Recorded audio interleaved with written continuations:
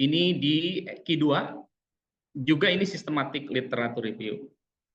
Kemudian pertanyaannya, kok bisa gitu ya? Berarti kita juga harus bisa. Orang lain bisa, berarti kita juga harus bisa. Untuk penyemangatnya begitu ya. Pak Agus, kemarin itu saya minta pendapat ke Bapak langsung praktek atau saya berikan previewnya dulu gitu, Pak. Itu terserah Pak Denny aja. Oh gitu ya, boleh. Ya, Boleh, Pak. Ya, kalau gitu. Oke, kita punya waktu sampai pukul berapa, Pak? ya kalau 3:30 mungkin ya. Kira-kira 3:30 boleh begitu. ya. Cukup lah, mudah-mudahan. Baik, ke Bapak-Bapak semuanya, boleh interupsi saya kalau ada yang mau ditanyakan, nanti tidak harus terlalu formal, ya boleh. Kita sedang mengobrol saja, diskusi, sharing. Kalau memang ada yang kurang dimengerti, boleh interupsi saya. Nah, kembali ke tools, tadi sudah saya share linknya di link ini, sudah saya share. Kemudian di fase pertama adalah saya akan coba mengeksplorasi bagaimana menentukan posisi riset kita ya. Sebenarnya riset kita itu ada di mana. Nah, toolsnya itu mungkin setiap bapak-bapak semua sudah punya riset interest ya, sudah menyimpan di catatannya riset saya ini tertariknya di bidang apa, misalkan begitu. Nah, maka kita bisa gunakan toolsnya ya. Kita bisa masuk ke websitenya langsung, yaitu openknowledgemaps.org. Nah, silahkan kalau mau mencoba, akan saya coba juga mungkin ya bersama-sama. Kita coba aja bersama-sama gitu ya. Kita coba bersama-sama. Yaitu openknowledgemaps.org. Nah, di sini kita akan mengetahui riset interest kita. Misal, saya tertarik di bidang bagaimana menyelesaikan benang cacat di mesin, gitu ya. Maka saya buat keyword yarn defect, gitu ya.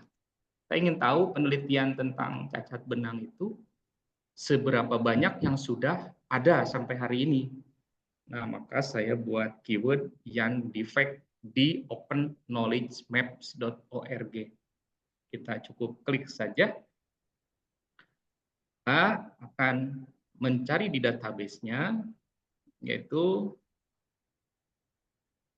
seberapa banyak publikasi yang relate to research interest kita.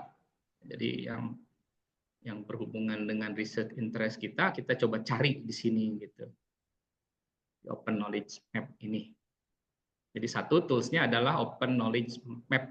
Tentu bapak-bapak mungkin sudah pada tahu juga sebenarnya. Ini hanya review saja kalau memang sudah ya.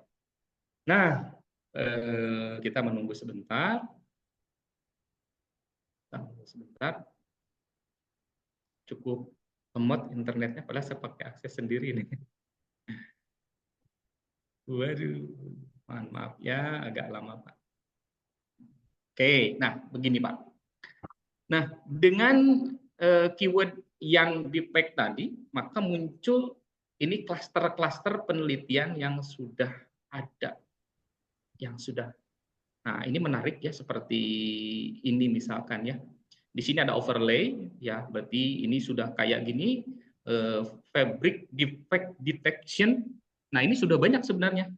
Yang sempat saya diskusikan dengan Prof. Agus tempo hari di awal pertemuan pertama, terjawab di sini sebenarnya bahwa penelitian tentang bukan benang, tentang kain itu sudah sangat banyak sekali. Sehingga kita bisa mengklaim bahwa cukup banyak, sudah cukup sangat banyak di sini, dan mungkin bisa lebih dari ini, itu berkaitan dengan fabric defect. Nah, kemudian masuk ke yang mungkin agak terpisah. Nah, seperti ini misalkan ada electrospinning, ada 3 artikel. Ya, tetapi di sini ada nanofibrosian. Kita bisa klik di sini ya. Nah, di sini ada paper-paper yang berkaitan dengan research interest kita itu. Di antaranya ada electrospun yang reinforced. Nah, di sini ada yarn-nya. Kemudian selanjutnya kita juga bisa melihat artikel lainnya dengan cara yang sama, bahwa ini sangat bergantung dengan riset interest kita. Sebenarnya kita lebih prefer ke mana yang mau kita gali untuk menentukan judul kita nanti.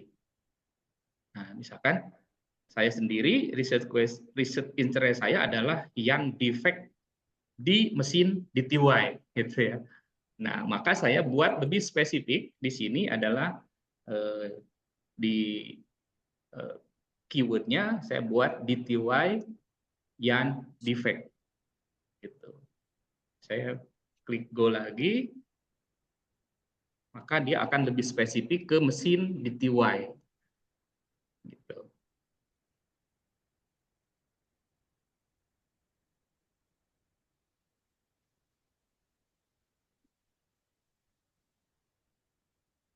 Nah, ini lebih spesifik, ternyata sangat sedikit ya, sangat sedikit sekali penelitian yang berkaitan dengan mesin DTY, gitu. Ya, jadi sangat sedikit. Walaupun di sini ada muncul di Indonesia ya, peningkatan quality control management system menggunakan pendekatan Lean, Six Sigma dan Kaizen pada proses produksi DTY. Nanti kita bisa klik ya, ini artikelnya. Berarti masih lebar gitu ya, masih peluang untuk penelitian di area ini masih lebar. Itu dia. Kemudian selain open knowledge, kita juga bisa memanfaatkan connected papers, connectedpapers.com di sini. Dengan cara yang sama, tadi kita ketikkan kata kunci DTY yarn defect, ya kita bisa enter saja build graph, maka muncul paper-paper yang berkaitan dengan yang kita tadi cari keyword tadi ya. Contohnya ini ada draw texture yarn package harness defect detection. Nah, saya klik saja sehingga secara spesifik dia akan mengenerate ternyata masih ada area-area yang kosong ya, gitu kayak gini nih misalkan ya. Nah, ini kita klik, ini fabric defect detection algorithm, tapi ini fabric tapi ada namanya residual energy distribution and gabarbation. Berarti ini masih terbuka lebar gitu ya. Kemudian di Zhang ini juga saya pakai juga nih sebagai referen. Nah, ini draw texture yarn package harness defect detection. Nah, berarti kan masih sama ya. Berarti di open knowledge kemudian di connected paper ini udah ada sedikit gambaran, oh ternyata riset area di mesin DTY masih potensinya terbuka lebar begitu. Ini case-nya ke saya aja ya, ke penelitian saya. Nanti Bapak-bapak bisa menyesuaikan dengan masing-masing topiknya gitu. Atau jangan-jangan sudah pada mencoba ini. Alhamdulillah sudah. Sampai di sini barangkali ada yang mau didiskusikan dulu, boleh, atau saya lanjutkan. Pak Patkur, sudah cukup jelas Pak Patkur? Atau ada yang kurang jelas dari saya penyampaian? Kalau saya alhamdulillah. Mungkin Pak Marno, Mangga, mau nanya? boleh. Iya, silakan Pak Marno. Atau sudah? Belum, masih menyimak. Menyimak, boleh Pak. Sambil Siap. ini, sambil lagi ngeliatin sidang nih. Baik, boleh Pak. Berarti saya boleh lanjutkan ya. Baik. Nah, sekarang dari sini mari kita lanjutkan lagi ke publish or perish gitu ya. Jadi kita bisa mencari database jurnal itu banyak caranya. Bisa pakai Google Scholar, ya bisa ke IEEE langsung, ke beberapa database paper, atau dengan publish or perish gitu ya. Kemudian ini preview saja dulu. Nah, karena stepnya ada di sini nanti. Nah, tahapannya ada di sini. Tadi sudah saya sampaikan di tahap 1, yaitu cek research interest kita di openknowledgemap.org, kemudian connectedpapers.com untuk melihat posisi riset kita yang akan kita rencanakan nanti untuk disertasi. Nah, ini adalah langkah yang penting berikutnya adalah how to formulate research question. Nah, ini memang gampang-gampang susah ya. Saya selalu berdiskusi dengan Prof. Agus tentang research question ini dan cukup banyak mendapatkan masukan dari beliau. Nah, di tahap kedua itu adalah menentukan research question dan keyword ya di publish or perish ini.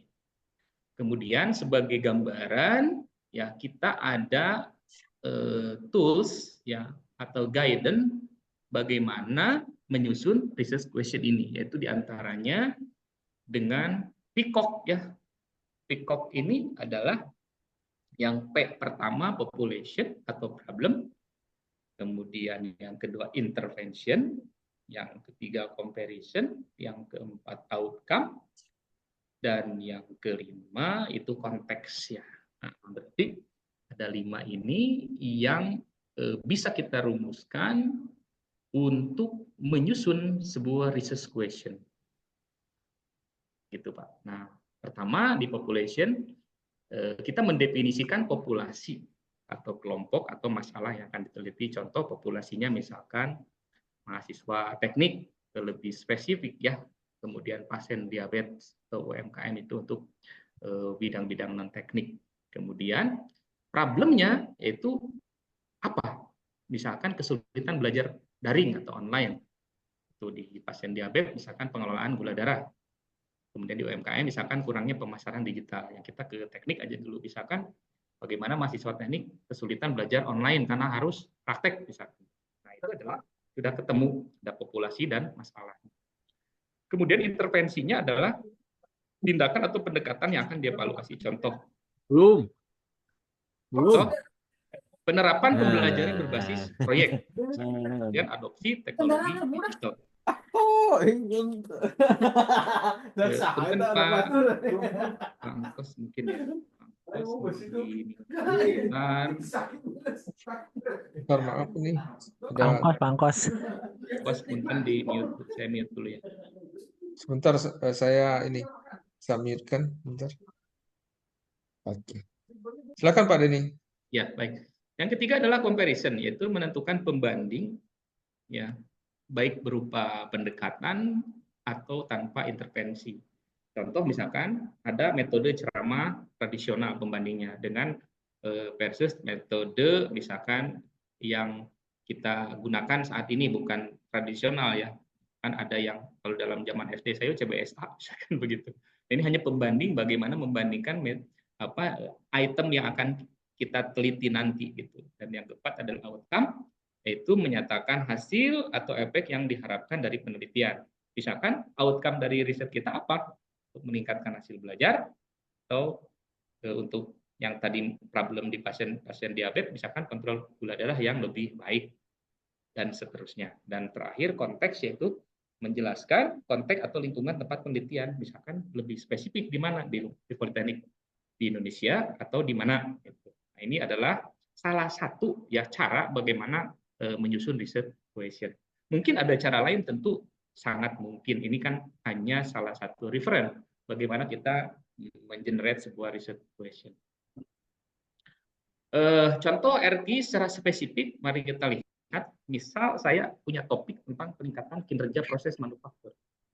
Maka PICOC-nya itu problemnya pabrik kecil di industri manufaktur, kemudian intervention-nya bagaimana implementasi teknologi IoT untuk pengawasan mesin, comparison-nya bagaimana, comparison-nya adalah pengawasan manual, pembandingnya, kemudian outcome-nya penurunan waktu henti produksi, downtime gitu ya, kemudian konteksnya pabrik di sektor manufaktur otomotif. Nah, ini lebih spesifik di pabrik otomotif ini.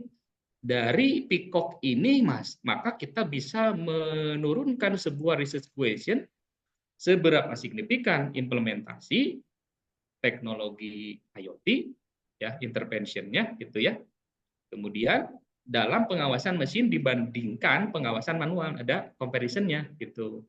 Jadi dibandingkan terhadap pengawasan manual dalam mengurangi waktu henti produksi di pabrik manufaktur otomotif. Jadi jelas di sini ya, outcome-nya adalah penurunan waktu henti produksi. Jadi parameternya terukur, population-nya terukur, intervention-nya terukur, comparison-nya terukur, outcome terukur, begitu juga konteksnya. Pak Denny, Baik, Pak. bukan Silakan, saya Prof. intermezzo sedikit Pak Denny.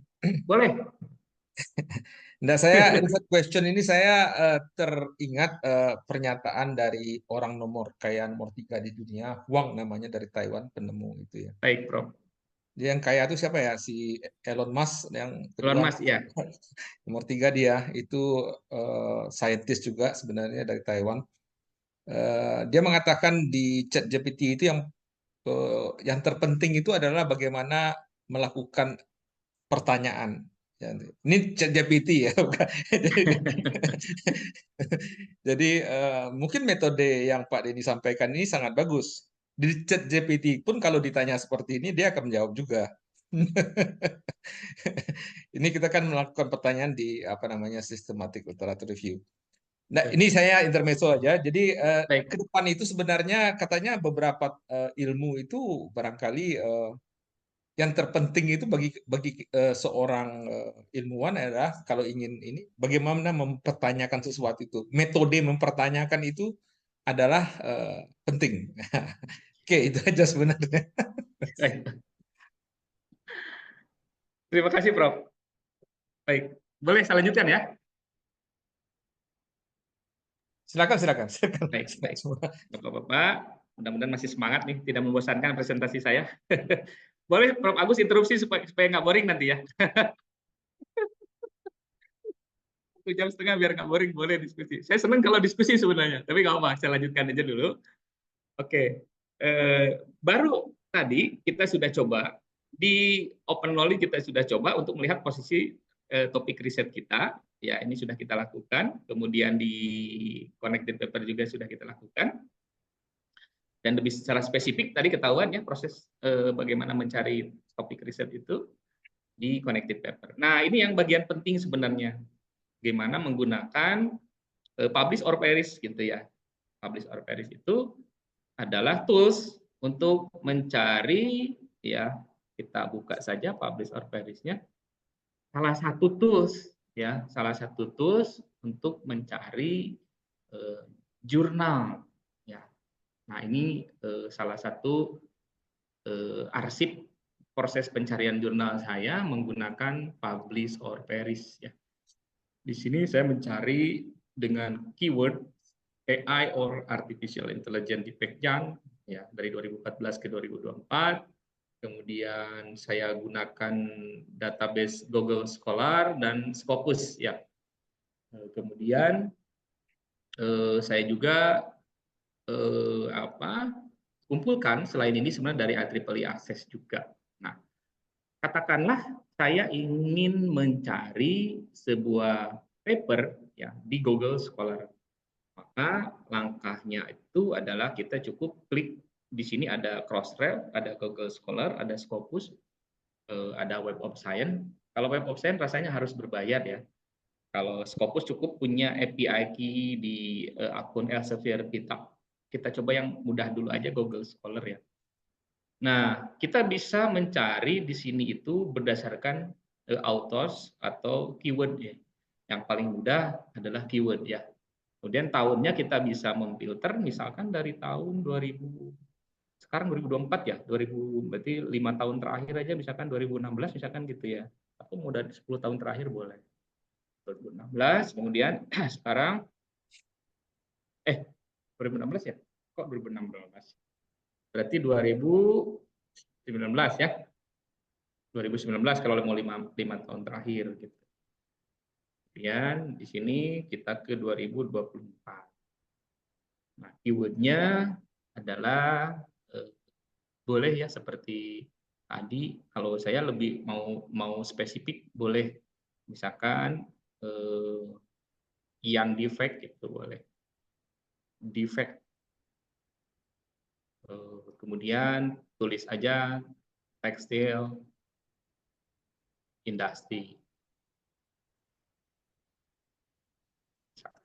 Kalau industri berarti kan industries gitu ya. Kemudian industri berarti kita bisa gunakan petik kayak gini ya. Berarti industri maupun industri akan keambil. Nah, di Google Scholar kita itu ada maksimum result, bisa sampai 1000, bisa 500, bisa sampai 1000. Ya kalau mau ambil 1000 berarti makin ke jaring makin banyak ya. Kita coba 500 dulu aja. Kemudian kita gunakan klik search, maka akan mengindeks seluruh paper dari 2019 sampai 2014. Maaf, 2019 sampai 2024. Ya. Ini akan dalam hitungan menit mungkin ya, tergantung koneksi internetnya. Oke. Cukup banyak ya, 500 juga ya. Ini sudah ke jaring paper yang sesuai dengan topik yang akan kita gali nantinya begitu.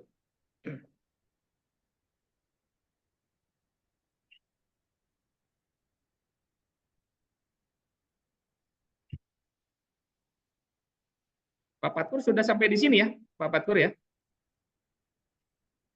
Ya, alhamdulillah sudah sampai situ. Oh, Yang sudah confident-nya sampai belum. confident ya? Sudah sampai Belum confident ya? malah confident Oh, belum. belum itu terakhirnya memang agak Oh, panjang. gitu. Boleh. Ya, berarti Barangkali Pak ini Den, ya, baik. Ini mungkin Pak kata Fatur, kuncinya Pak Denny, ini ya Pak? kata kuncinya barangkali supaya lebih menjurus, lebih sedikit, mungkin agak lebih banyak ya kata Boleh kunci. Pak. Boleh Pak. Ini banyak Nanti sekali ya. saya ada di slide berikutnya bagaimana mengenerate kata kunci juga boleh. Nanti bisa Oke, oh iya ya. Ya, ada nanti. Ada rules dari harzingnya, dari publish or perish-nya, rules mengenerate kata kunci. Ini memang 500 cukup banyak dan tergantung akses internet ya, mungkin agak sedikit menunggu. Nah, di sini sudah mulai ketahuan ya, sudah mulai ketahuan paper-paper yang dari tahun ke tahun yang citasinya paling banyak ya, kelihatan dari yang mulai 357 citasi, kemudian rank-nya juga ketahuan ya, di tahun 2020 ini sudah mulai kelihatan. Tuh. Ini memang agak butuh waktu, mungkin koneksi internet sayanya yang agak lambat. Atau kita kurangi aja mungkin ke 200 gitu ya, biar nggak terlalu banyak ya. Tapi ini udah tanggung, udah 370 sebentar lagi. Sambil menunggu ya, saya akan coba lihat kembali slide-nya kok hilang ya? Oh, ini dia. Nah, di langkah berikutnya ketika paper tadi sudah kita jaring, sudah kita ambil, maka kita bisa disimpan hasilnya dalam format RIS atau Ref Manager. Di sini ada save as, result as, RIS or Ref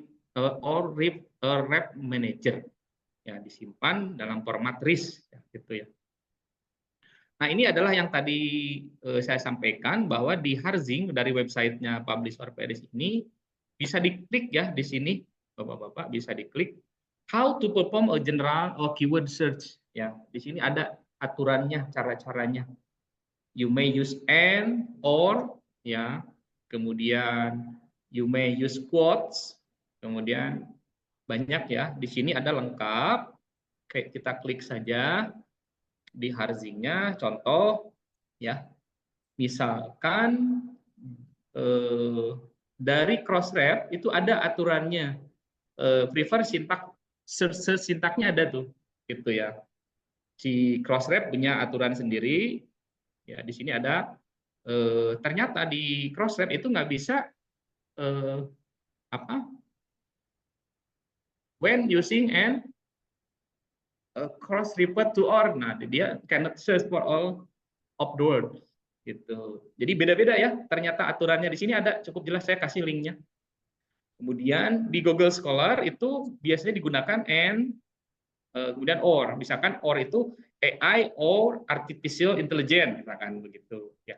Kemudian kalau N misalkan AI and IoT, itu bisa kita gunakan N dengan huruf besar. Itu. Lain halnya di OpenAlex lain lagi, di PubMed lain lagi, di Scopus itu bisa gunakan N juga OR.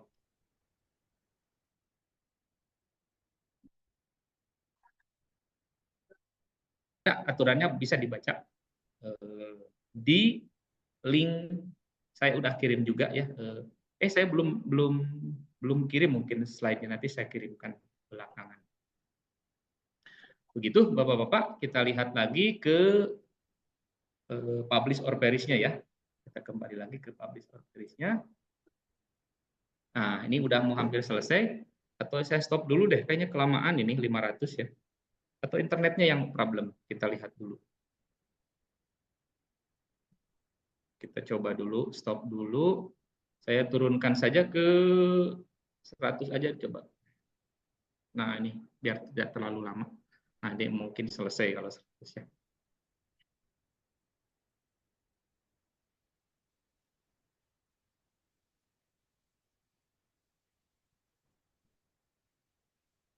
Internetnya harusnya bagus ya. Pakai jaringan sendiri saya. Nah, ini saya ulang lagi ngambilnya ke 200 saja. Tadi kan cukup lama 500, tapi Bapak-bapak nanti bisa coba ya sampai ke 1000 misalnya, atau sudah mencoba mungkin barangkali. Tuh, kemudian kita lanjutkan saja sambil menunggu. Tadi ada Pak Den, aturan. Interrupt sebentar Pak Den, mau nanya Pak Den. Boleh Bapak Tur, silakan. Ya, Senang. ya mau nanya Biar itu nggak yang bosan. HH itu artinya apa ya? Kenapa? Yang tadi yang di POP, yang coba buka yang POP tadi. POP boleh. Baris ada. Nah ini yang sebelah kiri ada centang-centang yang di listnya itu Oh, H itu artinya oh, huruf H itu ini HID hotel atau kalau nggak salah ya, HID. wah ini. Ya kalau rank berarti yang tertingginya di situ ya di Betul. Jadi ini tuh gini Pak, sahabadi ya. Pak Patur. Ini Iya tuh ya. kita bisa dari 200 ini bisa kita ambil 200-nya, disimpannya, bisa juga kita centang, pilih aja cuma Oh ambil kita 10 gitu. Boleh. dikeluarin aja gitu exclude Iya, gitu ya jadi yang dikeluarin. dicentang aja yang nanti disimpan. Iya iya iya. Makasih Pak Den. Baik, sama-sama Pak. Ini mohon maaf, ini ada masalah di internet saya sepertinya. Jadi cukup lama. Saya coba aja yang sedikit aja pencariannya ya. Ke 20 aja. Ada masalah di Iya ya, koneksi. yang penting ada Pak Den. Yang penting ada. Untuk Nah, ini ya contoh. udah ketemu 10 ya, Bapak-bapak ya. Itu ya. 20 ya, 20 paper. Nah, kalau sudah sampai sini berarti saya sudah punya 20 lah. Anggap mungkin yang kalau angka lebih besar lagi nanti 200 misalnya. Maka ini tinggal dipilih saja dan kita save resultnya di result as risk or rep manager, karena ini yang akan kita import nanti di Confident gitu. Maka kita buat nama aja, misalkan saya taruh aja di D biar mudah aksesnya. Misal saya berikan Scopus, Scholar 1 gitu ya, simpan. Berarti saya punya file risk di hasil tadi. Nah, ini scholar.risk gitu ya. Scholar.risk ini yang sudah kita tadi cari di di Google Scholar. Berikutnya juga bisa menggunakan database Scopus ya, bisa menggunakan database Scopus dengan cara klik new. Kita pilih misal Scopus search itu ya. Silahkan nanti dicoba dengan cara yang sama, cuman di Scopus itu ada syarat, yaitu kita harus punya ini namanya, harus punya namanya API key ya, API key. Terus login dulu ke, nah kita harus login dulu ke Scopus website-nya. Jadi kita harus harus register, kemudian tentu udah punya akun ya. Kalau udah punya akun harus nanti ada menu namanya go to menu view, kemudian preference, kemudian Scopus, kita I want an API key, dan baru create API key, nanti akan di generate dan di copy, baru di publish or perish-nya nanti kita bisa melakukan pencarian menggunakan Scopus. Oke, Pak Denny, itu baik. kita harus punya member di Scopus ya, baru bisa ya. Betul, harus Ya, punya, bisa Unan login aja kayaknya sih sebenarnya. belum. Kalaupun belum punya publikasi boleh Pak, kita login aja, nanti login pakai email kita atau institusi, nanti akan ada menu tadi API key-nya. Berarti kita tidak punya pun Scopus, kita Bisa, bisa ya bisa dengan melakukan register gitu. register ya, login ke Elsevier-nya Oke. gitu Pak. Oke, kemudian lanjutnya udah 2:30 ya nanti. Nah, ini saya ambil dari slide-nya Ibu Irna ya. Nanti mungkin Bapak-bapak saya akan share slide yang sangat banyak ya dari Ibu Irna. Ini salah satu pemateri SLR ya yang cukup populer juga. Nah, dari slide ini kita akan mereview yang barusan saya lakukan, di mana mencari literatur tadi kita ada tahapan yang sudah saya demokan. Supaya tidak lupa kita review lagi, ini di bagian ini adalah keywordnya, kemudian di bagian ini tahunnya, di bagian ini klik search-nya, dan di sini adalah bagian mana yang mau kita cari, Scopus atau di Google Scholar. Kemudian bagian penting lainnya adalah di sini save result-nya. Jadi save result-nya mau ke bentuk mana sebenarnya, boleh kita ke CSV, ke JSON boleh, ya kemudian ke yang ini kan tersedia banyak. Cuman saya menggunakannya menggunakan RIS atau .RIS ya atau Rep Manager.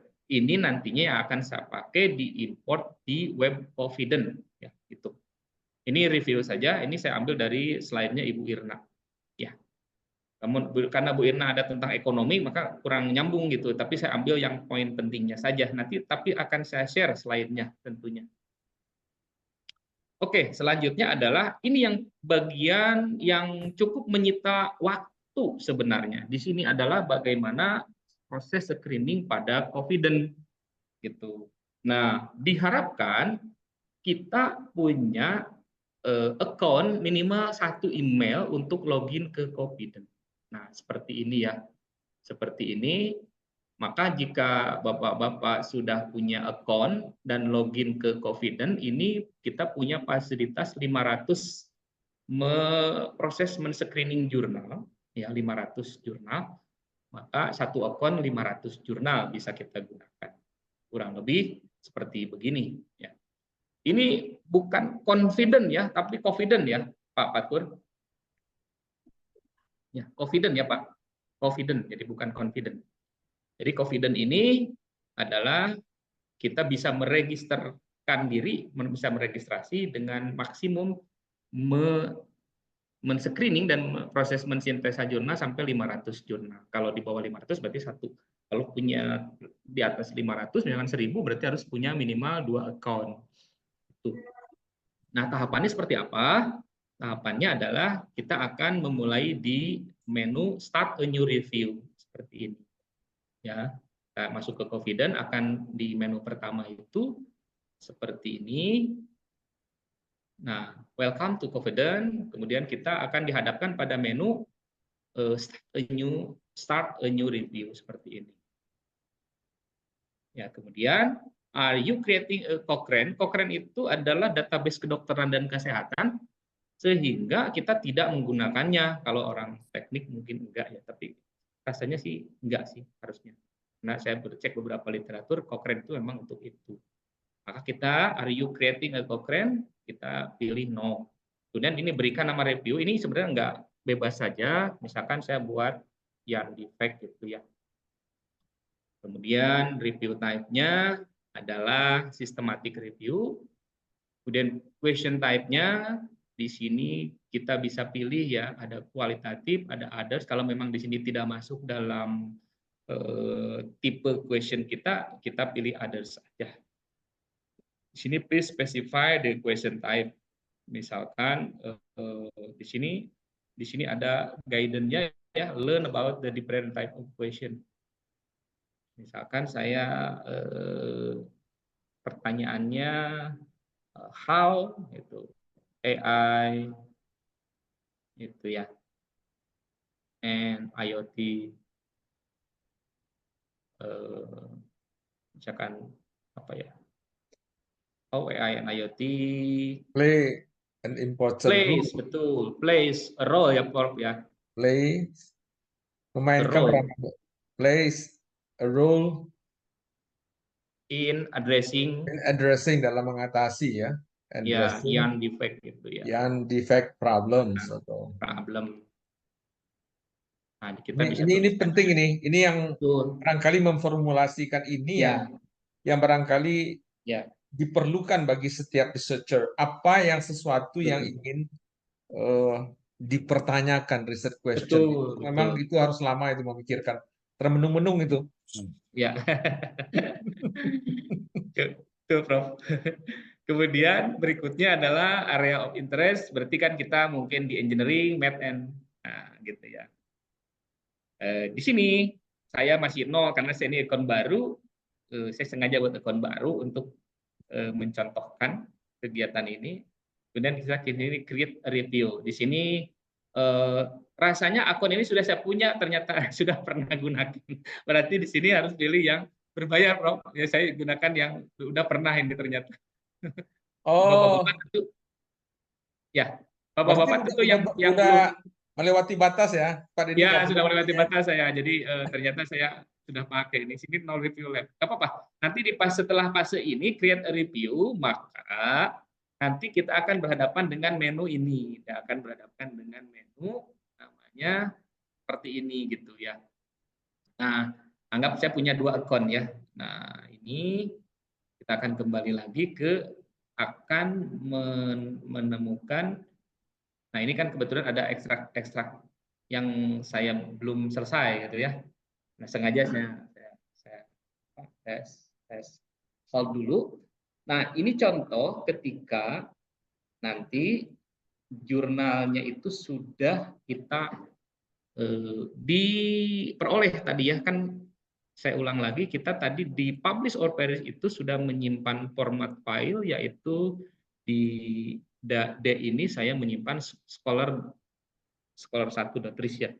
Nah, ketika kita tadi udah melewati fase yang tadi saya sampaikan, maka kita akan menemukan menu ini begitu. Nah, cukup saja kita import saja. Import, kemudian dari mana kita import, masuk ke menu screen. Di screen dulu, jangan ke full text review, kita akan screening dulu. Kemudian select source. Di sini source-nya adalah tadi saya kan buatnya Scholar ya. Nah, berarti kita pilih Scholar, Google Scholar, dan pilih filenya yang tadi. Saya pilih di D, yaitu scholar.ris. Itu tinggal import saja. Maka proses import akan dilakukan oleh Confident ini.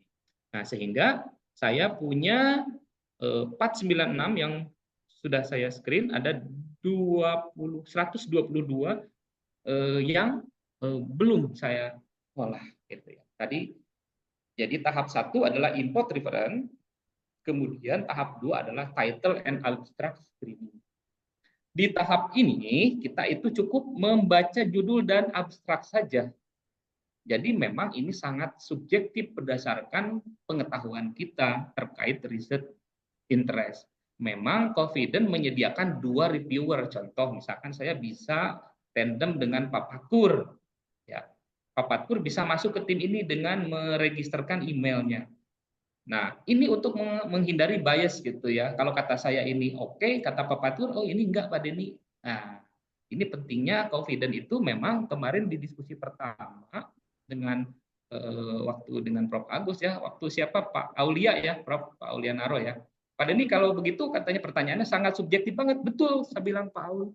Kenapa? Karena memang ini buat saya yang mungkin pengetahuan saya di area AI dan IoT untuk smart factory, mungkin ini satu judul itu relevan atau enggak itu kan saya tergantung pengetahuan saya gitu kan.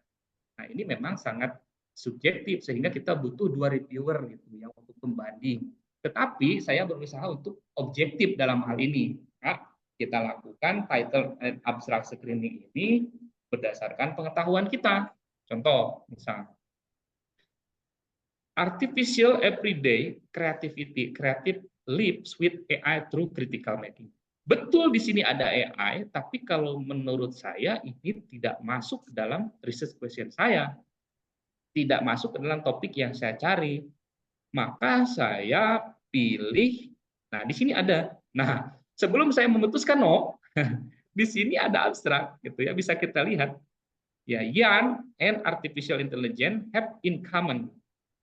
Ya, di sini ada kata-kata yarn-nya. Nah, saya meyakini ya di dalamnya itu ada topik terkait Yan, maka saya nggak pilih no, walaupun judulnya ini.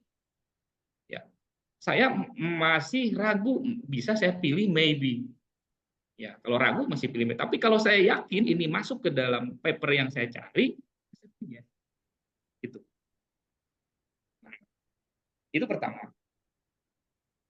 Berikutnya, ini ada paper yang masuk lagi, Intelligent Computer Vision System for Analysis and Characterization of Yan quality. Nah, saya yakin ini sudah dekat dengan riset area saya gitu yang saya cari. Ya, maka saya dengan yakin saya pilih yes gitu. Dan seterusnya sampai tuntas. Sampai semua habis ya. Sampai semua habis title and abstract screening.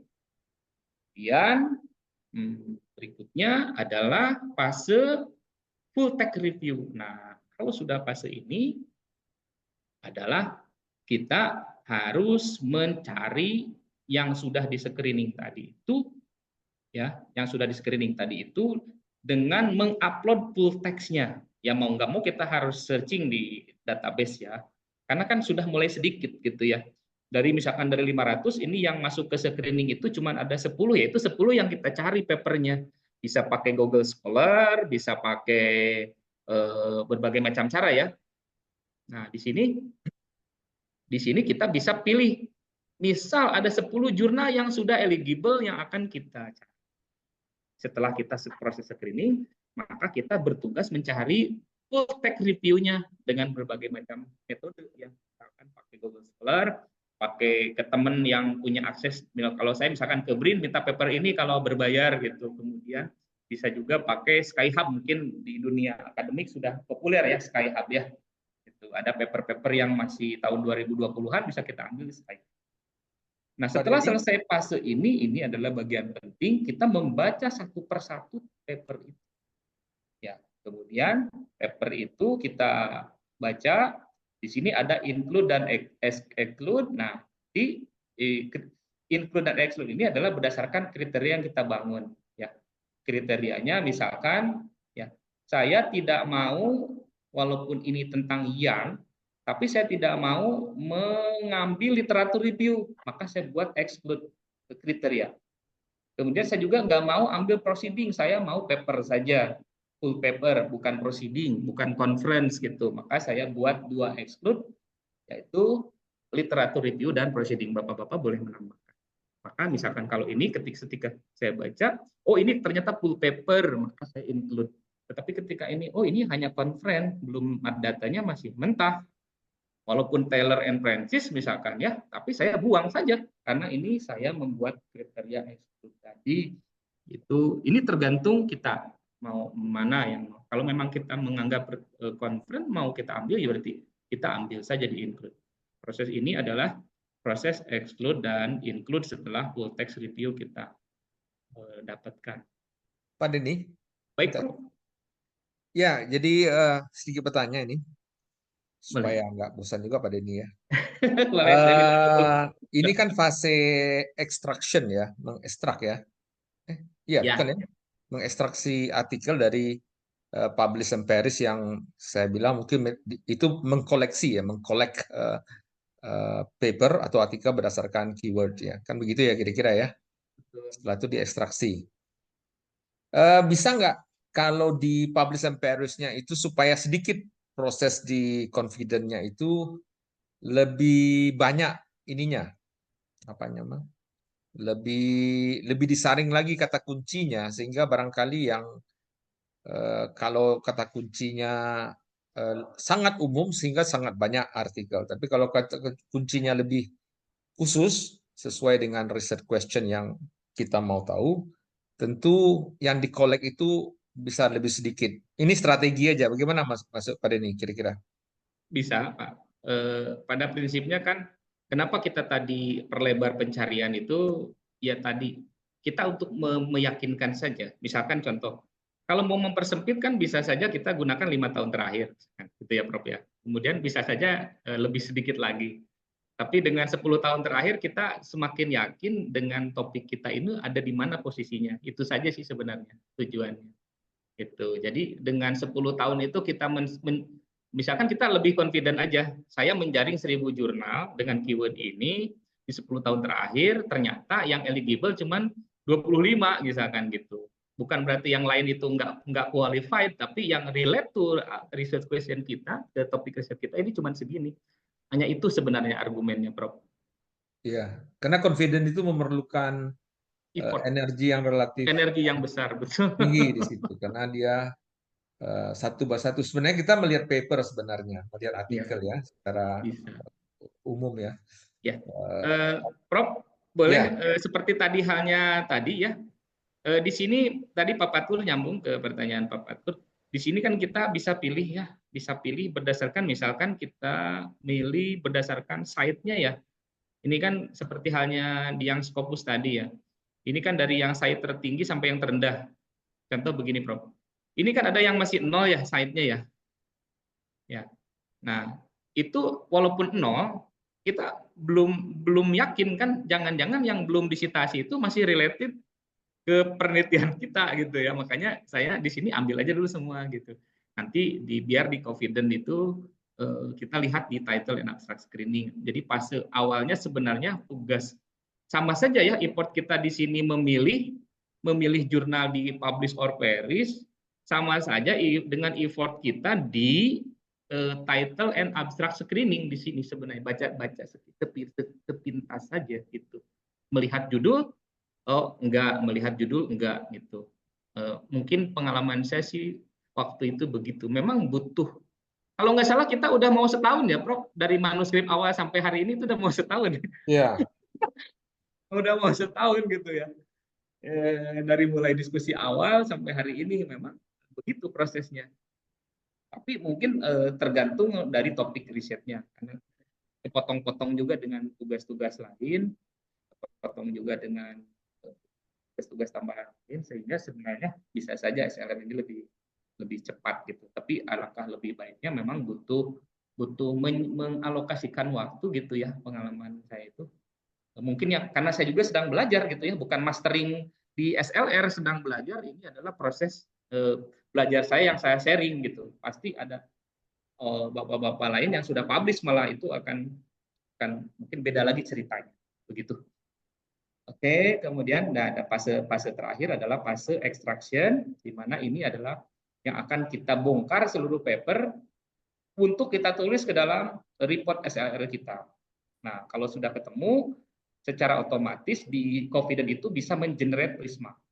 Jadi dalam format Word bisa mengenerate Prisma, kemudian ini adalah bagannya bisa di-generate menjadi Word, kemudian dari sini bisa kita ekspor juga ke dalam format Excel misalkan paper tadi, atau bisa kita download lagi paper tadi ya, kita download lagi.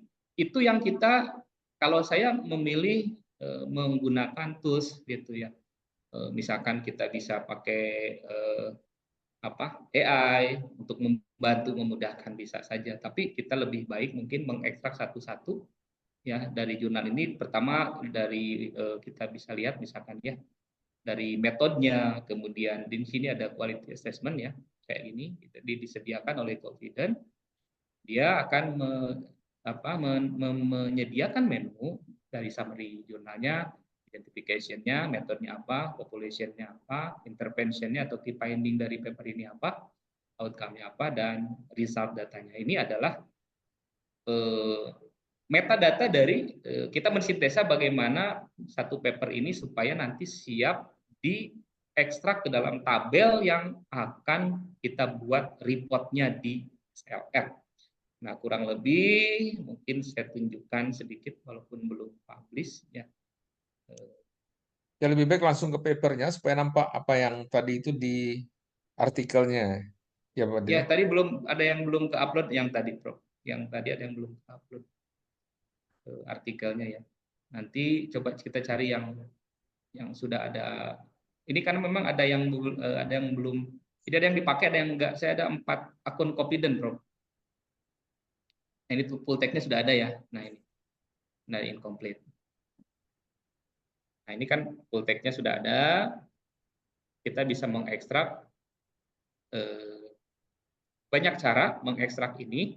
Jadi bisa kita lakukan ekstraksi di sini satu-satu, atau kita lakukan ekstrak di luar Confident setelah punya 25 tadi, gitu ya. Banyak cara gitu ya. Tapi kalau mau digunakan Confident berarti di sini sudah menyediakan summary-nya apa, kita tulis, kemudian ini lagi proses loading dulu. Nah, ini kan ada paper yaitu Yarn Dyed Fabric Defect Detection using USEP Denoising Convolutional Autoencoder. Nah, ini tugas kita adalah membaca satu-satu, membaca dari abstrak, introduction, kemudian sampai metodenya, kemudian result and discussion-nya, sama ya tadi future work-nya gitu ya. Di sini ada summary. Di sini di summary itu disediakan menu, ya disediakan menu.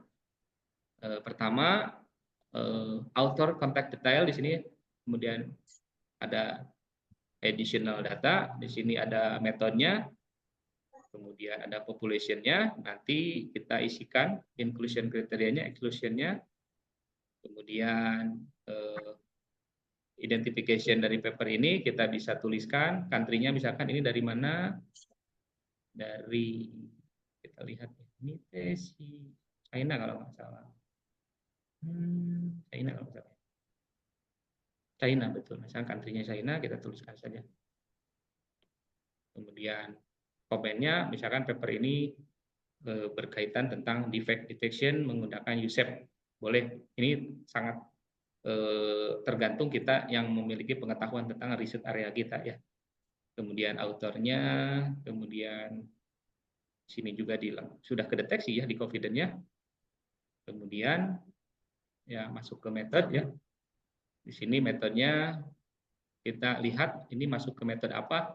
Kalau misalkan belum ada berarti kita pilih others gitu ya. Ditulis saja apa metodenya. Kemudian population-nya dan seterusnya ya. Di sini sudah tersedia kolomnya sehingga nantinya kita akan mengekstraksi jurnal seperti begini nantinya jadinya tabelnya ya. Tabelnya akan seperti ini. Contoh yang sudah publish aja dulu. Yang saya ini tadi adalah hasil dari dari Prisma yang kita ekspor seperti ini jadinya ya. Jadi Word itu otomatis ya seperti ini. Ini langsung dari itu ya, dari Langsung di-generate otomatis dari Confident. Nah, sudah memudahkan kita ya Sudah sebenarnya. memudahkan kita, betul. Kemudian, nah hasil ekstraksi tadi, kayaknya saya belum sampai ke tahap sintesis menggunakan. Kita sampai ekstraksi dulu. Nah, ini adalah hasil ekstraksi jurnal yang eligible tadi. Nah, seperti ini kurang lebih. Dia kelompokkan, ya ada apa? Dia ingin mengelompokkan satu paper itu berdasarkan sensor apa yang dipakai kalau dia ya. Kemudian controllernya apa, kemudian komunikasi datanya apa, kemudian algoritmanya apa. Dia gunakan pilihnya mesin learning, berarti mesin learning pakai algoritma apa, kemudian database-nya ada yang pakai real time atau enggak gitu ya, ada yang edge computing atau cloud computing. Jadi ini sebenarnya tidak akan sama ya, tidak akan sama. Ini saya juga konsultasikan dengan Pak Hanif ya, yang sudah beberapa kali membimbing mahasiswa dengan SLR. tidak akan sama, tapi secara umum kita sudah ingin mengekstrak jurnal itu, sudah ingin tahu dari pertama apa tujuan dia di jurnal tersebut, kemudian metodenya apa, kemudian kalau ada algoritma apa, kemudian key finding-nya apa, kemudian diterbitkan tahun berapa dan dari negara mana. Karena data itu nanti akan kita pakai untuk menulis di Pak Denny, ya baik Prof. ini kolom, ini kan kolom ya, Betul. kolom dan baris ya. Ya, Kolom ini kan ada identitas tertentu ya. ya, Seperti kalau Pak Denny, kalau tidak salah algoritma ya, kalau ya, AI itu kan yang terpenting algoritma kalau nggak salah ya. ya. Terus apa temuan yang terpenting. Nah ini banyak sekali kolomnya. Kalau ini saya lihat kalau Ya. Pak Denny balik kan ini kan Ya. kepala kita agak miring melihatnya ini. Ada nggak tips? Mungkin ini sangat tergantung kepada Depend on subjektif research kita. question. Ya. Research question dan bagaimana kita ini ya dari research question yang ada Ya. kita ingin mengetahui Ya. atribut-atribut dari research question itu barangkali ya. Ya, betul Pak. Nah ini menurut saya tidak mudah ini dalam Ya. menentukan kolom ini apa sih ya gitu ya.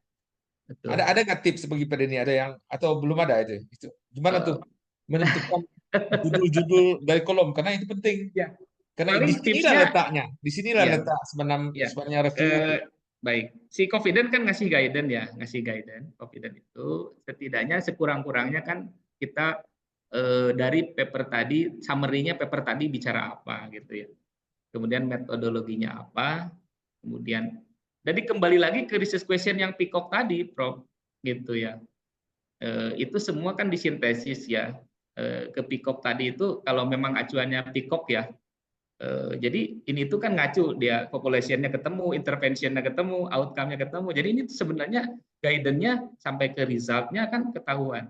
Ini persis dari tadi, dari sini itu kan ketemu ya. Ya, jadi sekali lagi memang yang terpenting itu ilmu mempertanyakan itu. Ya. Jadi, Nah, ini kan mempertanyakan ketemu. itu kan berarti RQ ini ya, research question ini Ya. kan Jadi kan dari sini ada logika kita mempertanyaan. Jadi bertanya itu memang susah sebenarnya. Maka tuh di kelas saya kadang-kadang mahasiswanya susah bertanya. Mungkin dia nggak tahu apa yang mau ditanyakan. Nah itu ya. atribut yang mau ditanyakan, Boleh. Mungkin outcome yang konteks yang mau ditanyakan. Nah ini barangkali dalam SLR ini, menurut saya ini sesuatu yang sangat penting. Ya, selain topik apanya utamanya ya, topik utamanya, research utama. Itu aja mungkin yang baik, Prof. Ini sedikit gambaran, ini manuskrip kita, Prof. Ini kemarin ke Pak Hanif ini sudah Ya, masih banyak masukan dari lagi ya. Pak. Nanti ada meeting tersendiri ini. Banyak sekali masukan, termasuk research question juga dari Pak Hanif. Memang disarankan tidak banyak Pak Denny katanya, ngasih research question itu cuma 2 maksimum. Gitu. Tapi kemarin itu sudah cukup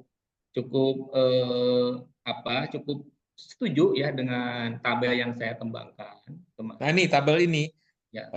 Ini kan relatif sedikit ya, sedikit atribut dari pertanyaan itu. Kita mau tahu algoritma, karena AI itu selalu sangat terkait dengan algoritma apa yang dia pakai, ya kan? Atau IoT itu mungkin tidak ada algoritma khusus ya, mungkin umum aja. Terus finding ya, temuan yang di masing-masing itu. Betul. Sebenarnya Pak Denny bisa buat kolom tambahan sebenarnya, tapi kan mungkin ya jadi repot juga kan? Iya. Harus miring lagi berarti ya tadi. Jadi ya ini kedalamannya kalau banyak kolomnya itu lebih dalam menurut saya. Lebih dalam. Sebenarnya saya punya di Microsoft Excel-nya, artinya kalau dibutuhkan itu kita artinya gini, kita itu bisa menyusun di luar manuskrip itu membuat kolom sebanyak mungkin misalkan di Microsoft Excel. Kayak ada sebenarnya. Di mana ya data extraction itu saya punya. Jadi bisa saja kita gunakan Excel ini hasil dari ekspor tadi. Ya, kedalaman itu kita bisa define ya. Nah, kayak gini ya. Itu cuman kan tidak semua harus kita tampilkan di paper ya, kayak gini.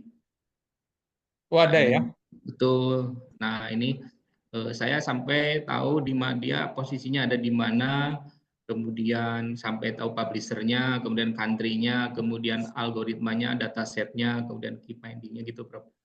Nah, tapi kan ini tidak juga kita harus selalu dimasukkan ke dalam manuskrip kita gitu ya. Ini karena ini yang akan dicari dari research question kita. Kita kan research question-nya adalah ini yang nanti akan didiskusikan lagi dengan Prof. Agus di meeting berikutnya.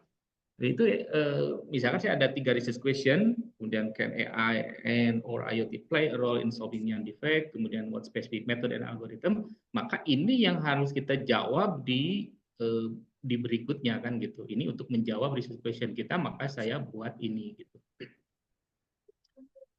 Saya kira itu, kemudian tadi sampai di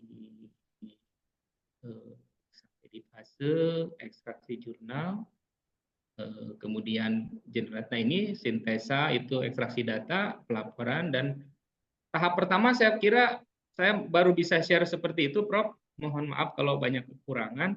Mohon maaf juga kalau rekan-rekan mungkin jauh lebih mengetahui dari saya, dan boleh berdiskusi, boleh sharing kalau saya ada yang salah, yang kurang.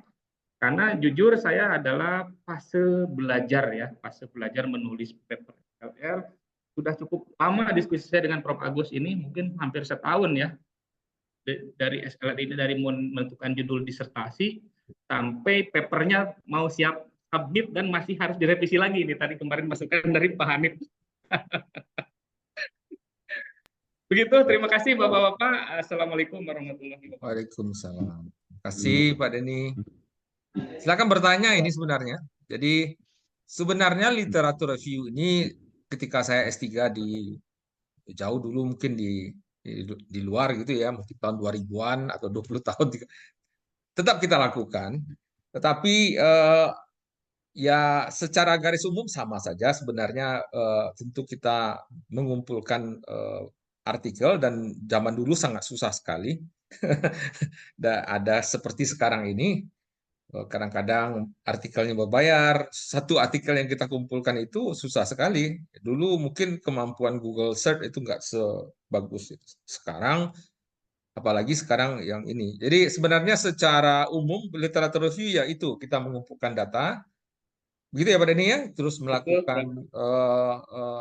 melakukan pertanyaan terhadap yang penting itu research question yang ingin kita mau tanya. Karena research question ini kita ingin mencari research gap-nya barangkali ya. Research gap-nya itu adalah topik disertasi kita. Itu yang kita ingin cari solusinya. Dan solusi inilah yang dengan ini saya mempromosikan begitu ya. Dengan solusi ini yang saya anggap setelah saya lihat review yang lain ini ternyata masih ada gap yang ada, dan ini belum dilihat orang lain gap ini, dan solusi ini belum, atau gapnya atau solusinya bisa jadi gapnya sama. Gapnya sama bisa jadi kan nggak masalah, riset gap persoalannya sama tapi solusinya mungkin berbeda, pendekatan solusinya mungkin berbeda, dan ini belum dilihat orang lain barangkali, sehingga kita menurut saya bertambah yakin. Jadi kalau Pak Marno mengenai siklon separator untuk garam recek itu bisa jadi tidak ada itu. Coba aja cari. Mudah-mudahan sistem secara novelty itu ada bagus lah ya. Tentu research question-nya barangkali seberapa efektif finding yang sudah dilakukan, dan pada area mana saja orang melakukan itu, pada industri apa saja, pada produk apa saja yang sudah dilakukan, dan sampai sejauh mana efisiensi itu bisa dicapai, sampai sejauh mana kualitas yang dihasilkan, kan begitulah ya. Barangkali saya mencoba mengambil identifikasi kepada Pak Marno ya. Itu bisa dicari aja mengenai dengan ini. Baik, baik. Terima kasih. Luar biasa, Mas Pak Dhani. Ya kan, Pak Marno? Ya. Ya, terima kasih Pak Dhani. Ini udah luar biasa Pak Dhani. Saya baru awalan ini. Mudah-mudahan semuanya diberikan kelancaran. Ya, mudah-mudahan saya bisa. Amin. Insyaallah. Iya. Terima kasih. Sama-sama Pak. Mohon maaf kalau ada kekurangan. sama-sama masih belajar Pak saya. Masih nanti banyak tanya-tanya masih. Jadi kalau sudah ada kendalanya kan sudah ada kendalanya. Ini masih ada fase ekstraksi, memang butuh import. Tapi nanti mungkin ada Iya, sesi iya. lain. Pak Patkur sudah sampai di tahap itu sepertinya. Oh, belum, Bro. Belum. Belum, Pak Den. Ini kelihatannya Pak Den materinya yang ini agak panjang ya. Saya sudah Kalau kirim boleh di chat, mohon diperiksa disusul, saja, dicek. dimasukkan ke Ada Google materi Drive, lengkapnya jadi dari biar Bu jadi satu. Irna, itu materi lengkap, acuan saya juga. Oh Ya, iya, iya. kemudian Oh iya, iya. saya racik di slide saya, sebagian saya ambil yang pentingnya saja. Mangga silakan di download saja, ya ada slide-nya. Begitu Pak. Mangga Prof, saya kembalikan. Ya Saya mungkin rasa ada saya pertanyaan, sudah- silakan. Yang dari saya lihat ini masih ada beberapa orang mungkin yang ingin dipertanyakan, silakan aja.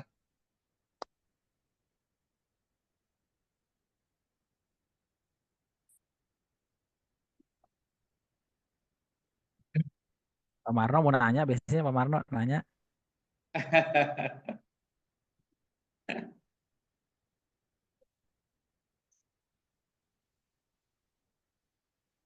Pak Kardiman misalnya nih sudah siap-siap mau tanya, mungkin ada sesuatu yang mau Oh, iya. ditanyakan, silakan. Kalau ini Ya, Pak Pak Fauzan ini Kardi. mahasiswanya Pak Marno ini, bukan? Iya, eh ternyata saya baru tahu juga Pak. Bagus ternyata ada apa alat bantu seperti itu untuk memudahkan pekerjaan. Ya lebih kepada zaman sekarang tentu pakai alat bantu ya, software. Iya, Saya kira bedanya cuma itulah. Dan mensistematikkan iya, iya, iya. proses pencarian dan Ah, proses dokumentasinya pada sebuah publikasi itu menjadi semacam apa yang saya sebut sebagai protokol. Dia punya protokol. Jadi kita harus menyebutkan saya melakukan SLR dengan protokol ini. Ada tahapan-tahapannya. Pak Denny pakai metode Prisma ya kalau salah ya. Prisma. Apa Ya, kepanjangan Pak Denny itu? protokol Prisma secara otomatis diberikan oleh Confident. Protokol lain mungkin banyak. Oke, jadi Confident itu memberikan protokol Prisma ya. Ya. Gitu. iya, iya, iya. Iya. Nah, cuman saya yang saya rasakan ya, Bro, sebenarnya tuh ini, Prof, ada apa prase ketika kita menulis itu idealnya seperti apa sih? Soalnya kalau misalkan saya submit jurnal, nah biasanya itu yang diminta atau yang banyak dikoreksi itu adalah praprase, terutama yang berkaitan dengan ketika kita kutip di artikel orang lain gitu.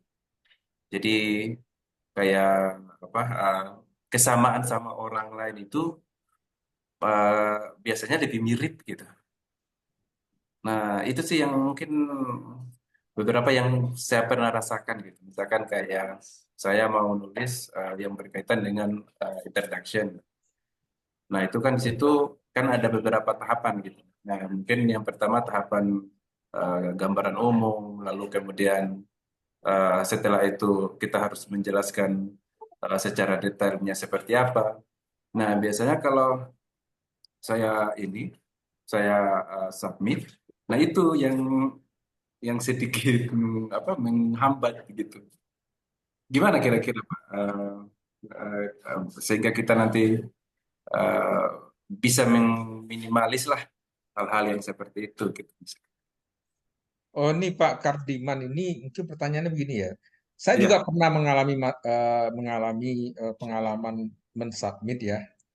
Eh, sebuah artikel yang terindeks Scopus misalnya, iya, eh, selalu harus ada cerita di awal itu what is the research gap, defisit ya, atau drawback-nya apa, atau shortcoming atau apalah bahasanya begitu. Selalu harus dijelaskan. Mungkin sebelum itu juga harus ada cerita mengenai ini apa namanya body of knowledge, sejauh mana pengetahuan yang sudah berkembang terhadap itu. Nah, barangkali di body of knowledge ini akan banyak seperti pertanyaan Pak Kadirman tadi ada semacam memerlukan literatur, dan itu bisa kita dapatkan di systematic literature review juga, karena tadi di public empirics dan segala macam. Iya, betul. Jadi menurut saya sebuah artikel yang bagus selalu pertama itu dia berbicara mengenai apa sih body of knowledge dari artikel ini. Kemudian selalu dia akan memformulasikan apa defisit yang ada atau research gap yang saya sebut sama saja. Kemudian selalu dia minta, ada beberapa reviewer minta apa sintesis dari pas tadinya apa sintesis. Jadi yang Pak Dhani ceritakan tadi kan sebenarnya dia mengkolek artikel, kemudian dia ekstraksi dan ujung-ujungnya sintesis. Betul ya Pak Dhani ya? Betul, Prof. Ya, ada sintesis dengan. Nah, kalau kita melakukan sebuah systematic literature review, cerita itu sudah semakin utuh itu. Terus kalau kita bilang ya cerita lebih besarnya di systematic literature review yang bisa kita buat sebuah artikel yang banyak sekali di jurnal-jurnal Q1. Iya, Dia iya. Q1 itu. Kita cari search di Q1 apalah jurnal ternama di apalah. Systematic literature review pasti ada. Topik-topik itu pasti ada itu. Nah, ya tadi saya untuk menjawab pertanyaan kelima itu Pak Kadirman itu saya nggak tahu apakah maksudnya ada plagiasi atau apa, tadi saya kurang menangkap secara utuh. Oh ya, ya mungkin kalau plagiasi kita bisa berhasil lah, Prof. Cuman ya itu tadi susahnya ketika kita apa bukan menuangkan sih apa menjelaskan isi paper kita gitu, biar nanti orang lain itu tertarik membacanya gitu. Ya itu. Ya. Jadi saya dapat ini ya, sebuah artikel yang bagus selalu bercerita di awal secara umum apa body of knowledge ya, kalau secara ringkas lah ya, apa bercerita tentang apa ya. Kemudian apa persoalan di sini? Apa defisit, gap atau shortcoming ya, sesuatu kekurangan yang ada dalam body of knowledge, pengetahuan yang ada. Kalau itu ada, orang tambah tertarik. Biasanya itu dilihat dulu. Menurut saya semua editor kan melihat itu. Kemudian ketika dia melihat, maka itu tadi di systematic literature review itu research question itu adalah pertanyaan yang muncul setelah barangkali tahu research gap-nya itu apa. Oh ya, Research gap itu apa? jelasin tadi Kemudian ya. dia akan menanya, kalau research gap-nya begini, bisa jadi research gap itu sama saja dengan orang lain. Solusi dari research gap-nya. Disertasi itu sebenarnya intinya sejauh mana seseorang memberikan solution dari sebuah research gap. Research gap itu kan bahasa lainnya problem. Jadi problem solving-nya apa? Kalau Pak Denny ini solving dari suatu untuk mengatasi cacat benang. Apa yang dia tawarkan? Yang ditawarkan adalah AI dan IoT. Di mana AI dan IoT itu dilakukan? Apakah dilakukan setelah benang itu jadi, atau sebelum proses itu dia lakukan, atau di saat proses itu dilakukan? Nah, dia bertanya itu yang barangkali dieksplor itu pertanyaan begitu. Dan itu rasanya pertanyaan itu begitu, kita harus mengetahui betul apa body of knowledge. Nah, itu body of knowledge dari apa yang kita teliti. Jadi kalau kita setengah-setengah tahu, barangkali pertanyaan itu tidak akan muncul dengan baik gitu. Kalau pertanyaan-pertanyaan itu sudah ada di situ, apa research gap-nya, problemnya, dan bagaimana sintesis kita terhadap literatur yang tadi ya, literatur yang ada terkait dengan mungkin gap yang ada, metodologi penyelesaian, algoritma yang ada, dan kita di situ bisa memformulasikan bahwa inilah yang akan saya lakukan, dengan ini saya akan tamat S3, atau dengan ini saya akan mempresentasikan paper saya itu. Nah, itu langsung orang akan, menurut saya akan tertarik, dan sebuah tulisan pasti diterima. Di Q1 pun bisa diterima menurut saya. Ya. Walaupun saya belum pernah diterima di Q1, ya paling tinggi Q2, belum pernah coba di situ. Tapi jelas di situ, jelas gap-nya apa, question-nya apa, dan solution yang saya tawarkan ini, dan solusi itu mungkin tergambarkan di situ, atau setengah tergambarkan, atau akan digambarkan. Bisa jadi itu berbeda levelnya. Jadi kalau tahun 2 ya mungkin inilah rencana-rencana saya dan ini akan saya lakukan. Bisa menjadi paper juga. Kan. Iya. Kalau sudah tamat ya barangkali inilah hasilnya. Kayak begini hasilnya, ya ternyata hasilnya tidak sesuai betul, tapi ya bisa meningkatkan sekian, bisa begini dan sebagainya. Nah, di tengah-tengah itu ada systematic literature review, sehingga kita sangat yakin. Saya yakin kalau kita punya systematic literature review, disertasi kita makin bagus. Walaupun ini menurut saya tidak wajib. Ini sunat aja lah. Jadi nggak terlalu wajib seperti itu. Gitu Pak Kardiman ya, systematic literature review. Ini Ya, ada kolega saya nih dari Unan juga, Pak Gus nampak ini. Mau tanya juga nih. iya. Mau bertanya itu. Silakan. Udah di ujung ya Pak Gus ya. Gimana? Ya mungkin ada, Pak Agus, makasih mau nanya juga tentang penggunaan AI dalam membantu kajian literatur atau literatur review. Ini kan begitu banyak AI sekarang, Pak Agus, Pak Denny ya. Nah, kita bingung mana nih yang kita pakai, karena mungkin kalau kita pakai ini dan ini dia setara kedudukannya, dan mungkin waktu kita jadi nggak cukup untuk memahami semuanya. Nah, gimana? Ada nggak hierarki dari sebuah AI itu yang mungkin ini selevel ini lebih tinggi tingkatannya, yang lebih kita butuhkan ini untuk ini. Ada nggak? Pernah nggak Pak Denny mengkelompokkan itu AI tersebut dalam literatur review? Terima kasih Pak Denny. Pak Gus ini datang terlambat tadi ya? Ya, tadi ada seminar proposal mahasiswa, Pak. Nggak, soalnya barangkali sebelum saya Pak Denny menjawab, sebenarnya kita bukan topiknya bukan metodologi AI dalam melakukan sistematik literatur, betul ya Pak Denny ya? Tapi lebih kepada software-software yang barangkali tidak berbasis AI ya. Jadi tadi ada software Publish and Perish, Confidence. Pak Denny lagi nyambung nih kayaknya. Rupa Pak Denny konstan saya lihat, mungkin nggak nyambung ini. Orangnya hilang. Ketawa tapi freeze. Kayaknya hilang dia ininya. Sinyalnya hilang ini. Jadi Pak Gus, Pak Denny-nya hilang kayaknya. Pak Denny nggak masuk. Iya, Pak.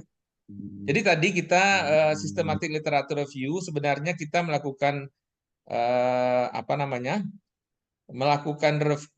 mengumpulkan artikel, kita pakai software namanya Publish and Perish. Bisa dilihat di bisa di download juga, softwarenya sudah ada di Google Drive yang dikasih Pak Denny itu. Kemudian setelah dikolek dengan kata-kata kunci tertentu, dengan screening metode screening tertentu, kemudian diekstraksi sesuai dengan research question kita. Nah di situ memang lebih tidak ada berbasis software di situ. Itu lebih berbasis pikiran kita, mempertanyakan research question kita. Tapi tadi ada dikasih clue-nya oleh Pak Denny, ada metode tadi PICOC kalau nggak salah, ada singkatan itu. Dan menurut saya itu research question itu yang terpenting dari research kita. Barangkali kita menanya itu agak ini, nggak mudah kita mempertanyakan sebuah research question. Nah tadi sekali lagi ada software Confident, terus ada false viewer sebenarnya yang tadi tidak dinampakkan oleh Pak Denny. Sebenarnya ketiga software itu tidak berbasis AI. Jadi tadi konteksnya kita belum melakukan systematic literature review berbasis AI. Jadi barangkali tidak bisa kita jawab pertanyaan Pak Sriwandi itu. Gitu. Oke, baik. Terima kasih Pak Agus. Ini kurang relevan ya. Ya, systematic literature review ini biasanya kan kita ada Scopus Camp dan segala macam, biasanya diberikan materi ini juga 3 hari biasanya.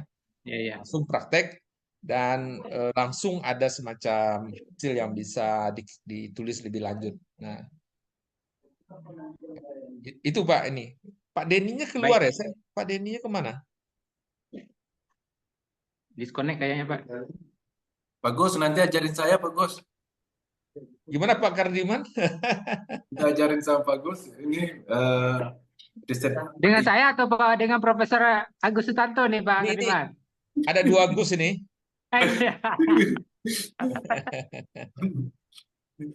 Jadi itu Pak Oh, Kariman, kalau riset gap-nya jelas, defisit yang ada atau drawback yang ada itu sudah diformulasikan dengan jelas dan memang dibuktikan dengan eviden-eviden yang ada,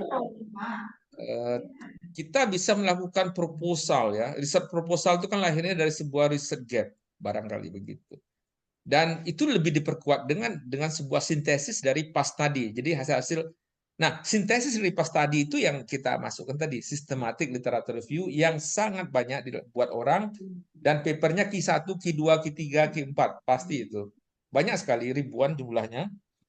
Nah, mengapa tidak melakukan itu kita? Sehingga kita lebih make sure lah. Itu yang tadi konteksnya. Pak Denny tadi hilang, silakan Pak Denny. Hilang. Ya, saya barusan ternyata itu data saya habis. Jadi saya pakai wifi ini, ternyata baru saya join wifi kampus sekarang. Oke lagi. Biasa ya Pak Den. Gimana tadi Pak Gus tadi iya.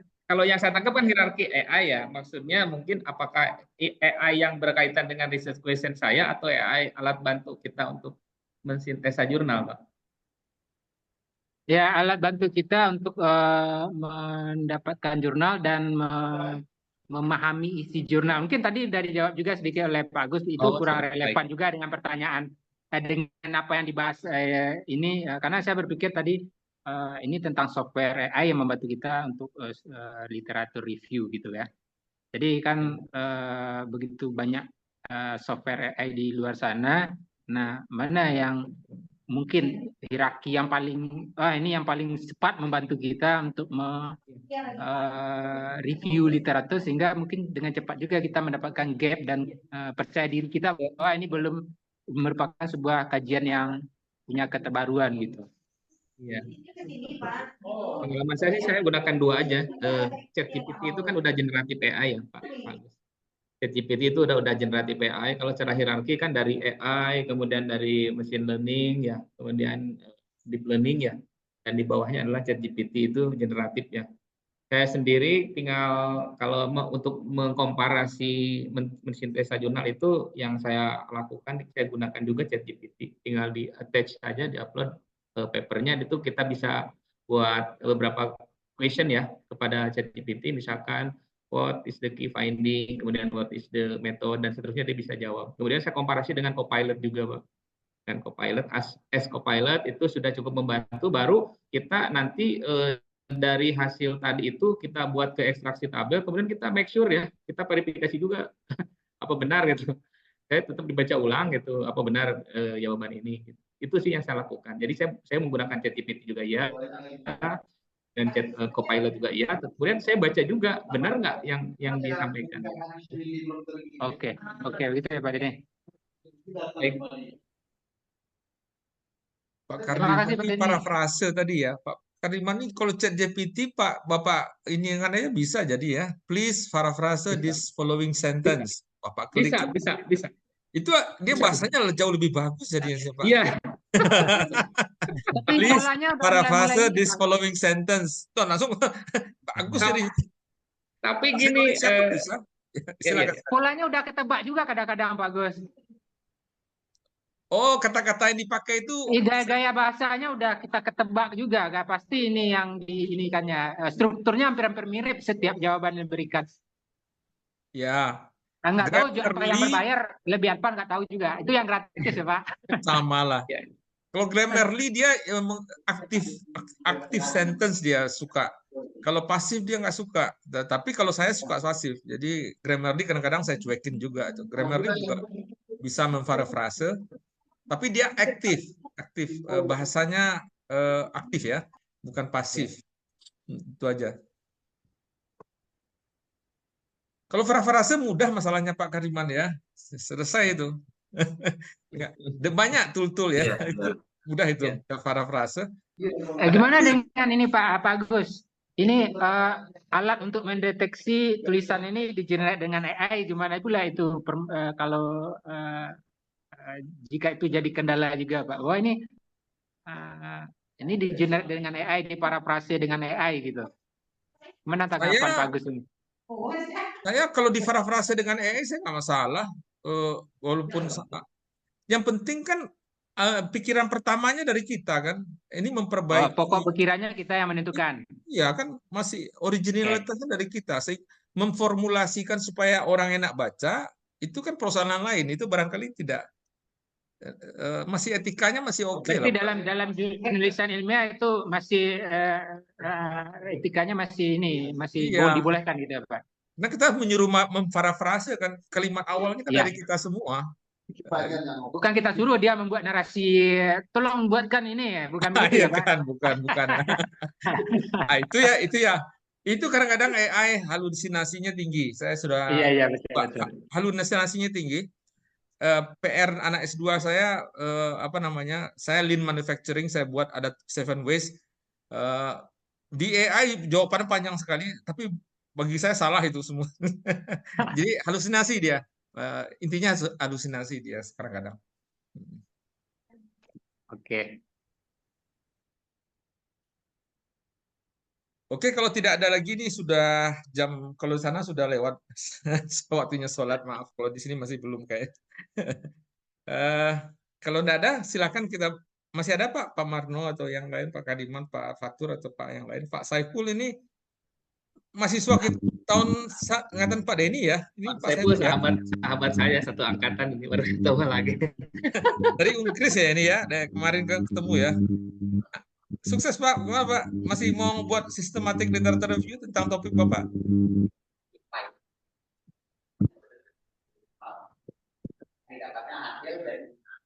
Maaf Pak, saya sambil sidang ini Pak. Jadi Ini apa-apa Pak? fokus banget.